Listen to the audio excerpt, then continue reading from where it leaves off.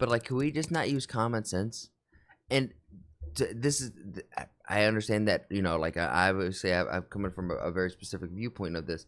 But even if you're a mediocre man, right, and you're competing in sports, understand you are not mediocre. Okay, mediocrity is the ones who are sitting in the stands, who are eating their popcorn, stuffing their face, and cheering. Okay, if you have the balls, metaphorically speaking, to step on the field and compete, and even if you're not the very, very best, and you're not the worst, and you're just in the middle, or even if middle bottom, guess what? You're still on the field. You're still competing. You're still 10 times more of a man, woman, human with a soul than everybody in the stands cheering and booing all at the same time. Because guess what? They're never going to know, but you actually stepped up on the field and did it.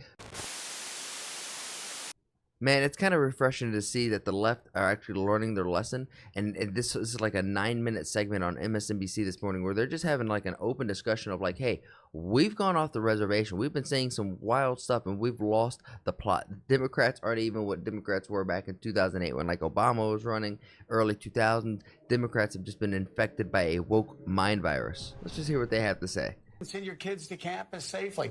Defunding the police. Back in 2020, we were talking here. Reverend Al, let me bring you in here on defunding the police.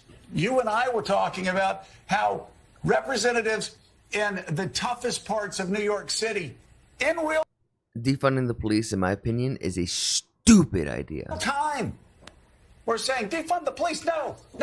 We need more police on the street protecting our children as we walk to school. We need more children in the classroom. In the classrooms, more police officers, safety officers, so our children can go to. I don't know if I believe in more police officers in the classroom. I would just rather focus on creating a better, healthier society. So that's not really a needed, byproduct, To and from class, so our businesses can be safe, so we can live a safe life. And it's something, again, I agree with the safe life. You have a great line about wokeness and limousine liberals and everything. But I just want to say, this is what we've known since 2017 and what you and I have talked about, that white elitists that run the Democratic Party are far to the left of many black and Hispanic voters in the Democratic Party. And I remember a pollster for Barack Obama, I think his name is David Sachs, forgive me for, it came out and had that poll in 2017. Is she drinking coffee through a straw? And he got absolutely hammered on Twitter. Absolutely hammered by the far left. How dare you say this? How dare you?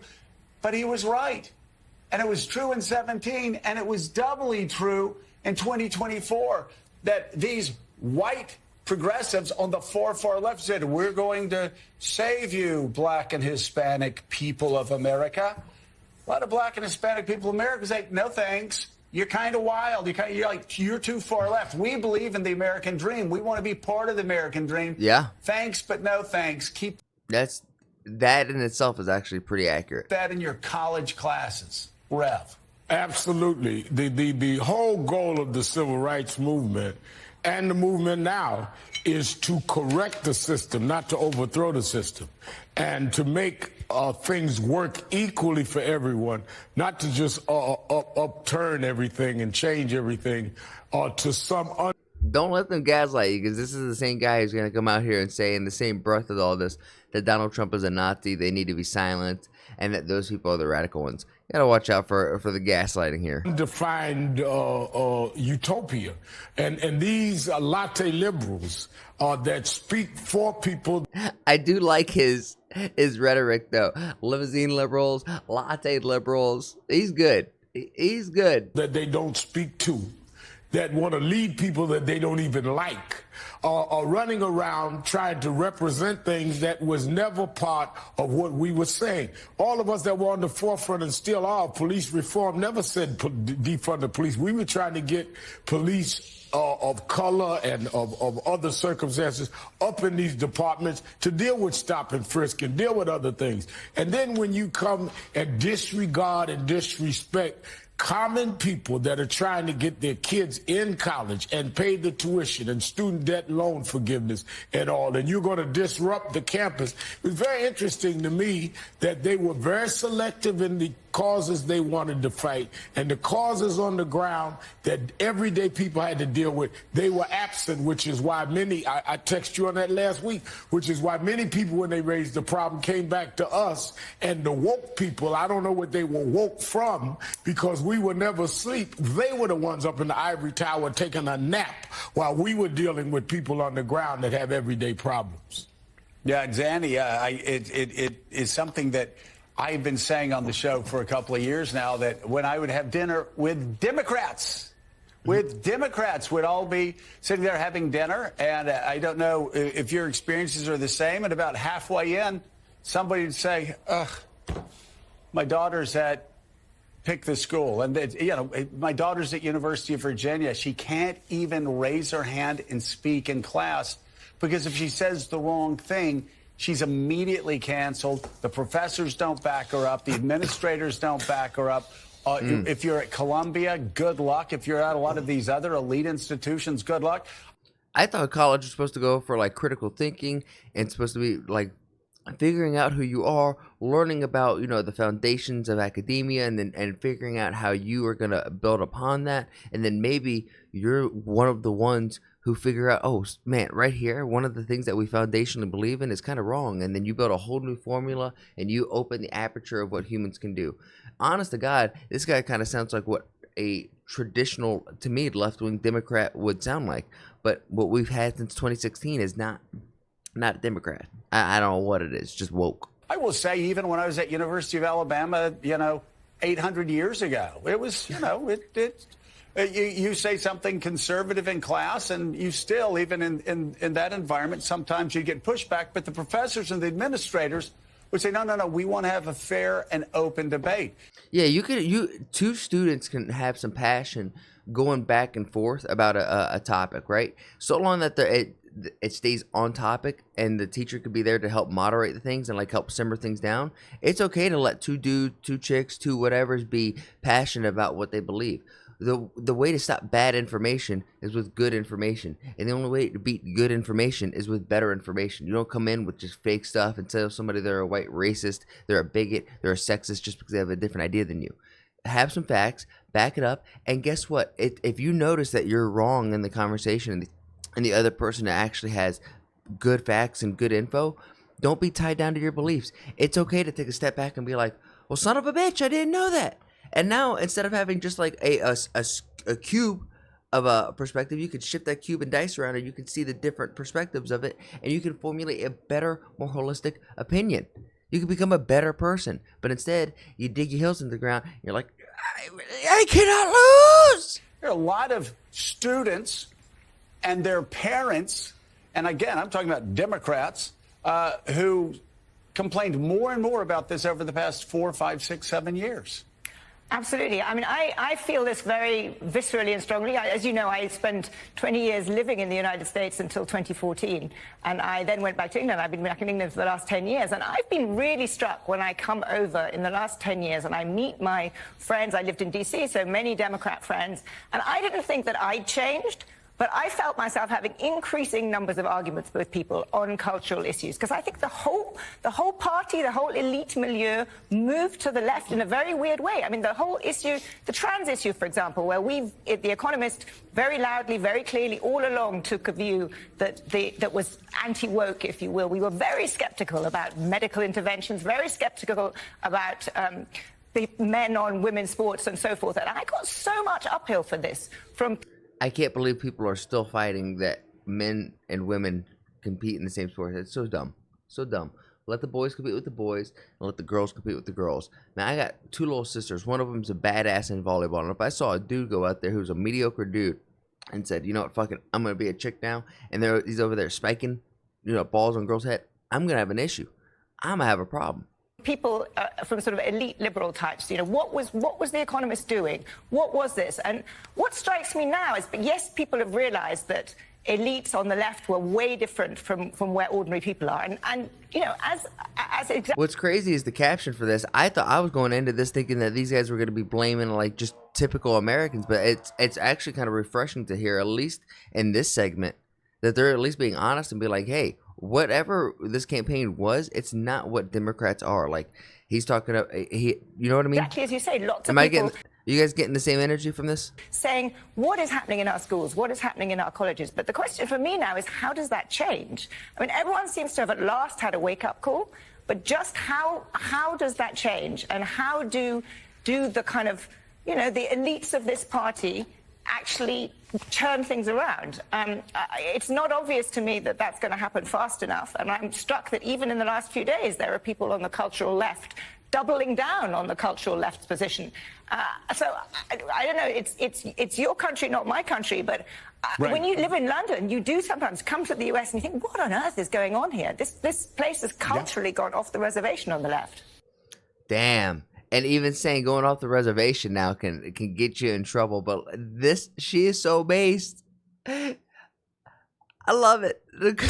Go. I'm not going to listen to her talk all day. Hell yeah. Well, and so isolated, too. And I said on this show before. But this is exactly what, at least what I've been feeling the past 4 years. I feel like 2018, 2019, America was almost like at this weird super high point where it just was like, America, fuck yeah. Our economy was good. The pride of America felt good. Everything felt good. Then COVID happened. And then it felt like we had children who just wanted to have like optics to say that they were doing stuff, run the country, and it really did kind of take us off the reservation or derail us from being a superpower and being respected amongst other countries.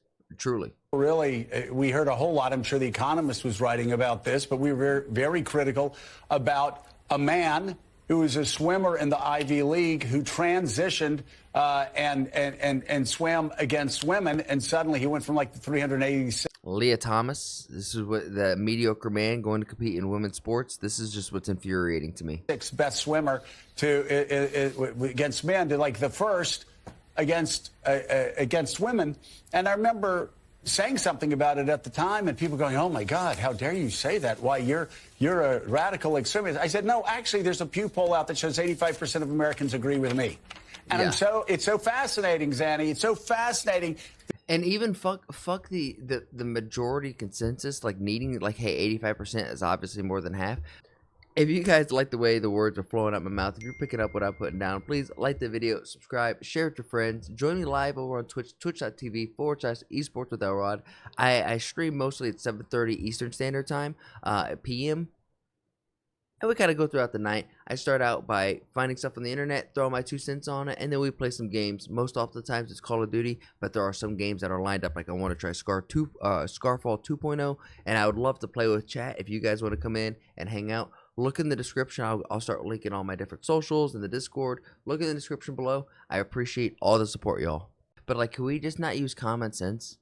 And I understand that, you know, like I would say I'm coming from a very specific viewpoint of this, but even if you're a mediocre man, right, and you're competing in sports, understand you are not mediocre, okay? Mediocrity is the ones who are sitting in the stands, who are eating their popcorn, stuffing their face, and cheering, okay? If you have the balls, metaphorically speaking, to step on the field and compete, and even if you're not the very, very best, and you're not the worst, and you're just in the middle, or even if middle bottom, guess what? You're still on the field. You're still competing. You're still 10 times more of a man, woman, human with a soul than everybody in the stands cheering and booing all at the same time. Because guess what? They're never going to know. But you actually stepped up on the field and did it. Don't try to play games amongst that. Have honor within yourself. Have integrity. And go out there and be the best human you can be. That all of these people who have been championing women all of these years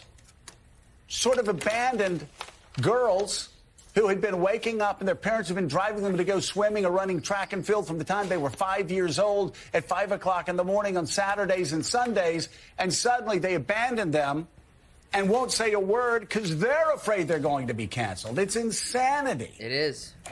I think that fear of being cancelled was what drove it. I mean, there was a sense... What is even getting canceled? Every time a streamer let's look at Asman, gets canceled, right? He comes back better than ever. It seems like if you get quote unquote canceled, you get a little timeout, you get put in your timeout corner, and then guess what? You come back better than ever. At least that's what it feels like for large end people. I guess for small creators, like if I just got canceled, no one's really gonna know. No one's gonna give a crap. So I guess it would be more devastating for just the average person to get canceled. But what does that actually mean? Just I don't know. Amongst many in the sort of liberal elite, to use that, I guess you're all part of it here. I guess losing their job, then that would suck. Yeah. To be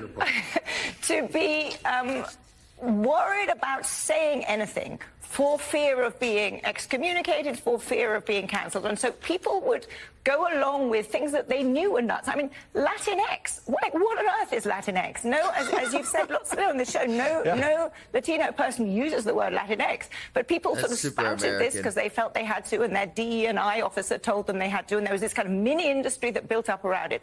And don't get me wrong, there are important real civil rights issues that still need to be dealt with in this country. Yeah. And I'm not in any sense saying there is nothing to be done, there's nothing that anyone needs, that the US is completely perfect. Right. But I do think it went completely over the board. Yeah, you could throw out the bathwater and not the baby with this. Like there is some serious issues and systemic issues that we still have to address and we still have to fix. Right? That's not what we're saying. But this woke mind virus, this can go. We could take some antibiotics. We could take an antivirus, get it out. We need it clean. We need to get healthy again. We need to get back on track. We've thought about this a lot. And now we're going to correct America. And this is the result. It actually did. And again, you look at surveys for white elitists who write books about white fragility and talk about how horrible the United States of America is. It's actually refreshing to hear. You look at the surveys, and it shows that more Black Americans and Hispanic Americans believe in the American dream than those people spouting those extreme positions. Yeah, we say every day we have a long way to go to be a more perfect union, but being an extremist and setting one party up to lose year after year, every 4 years, that's no way to do it. Zanny Betos, thank you so much. Thank you, Zanny.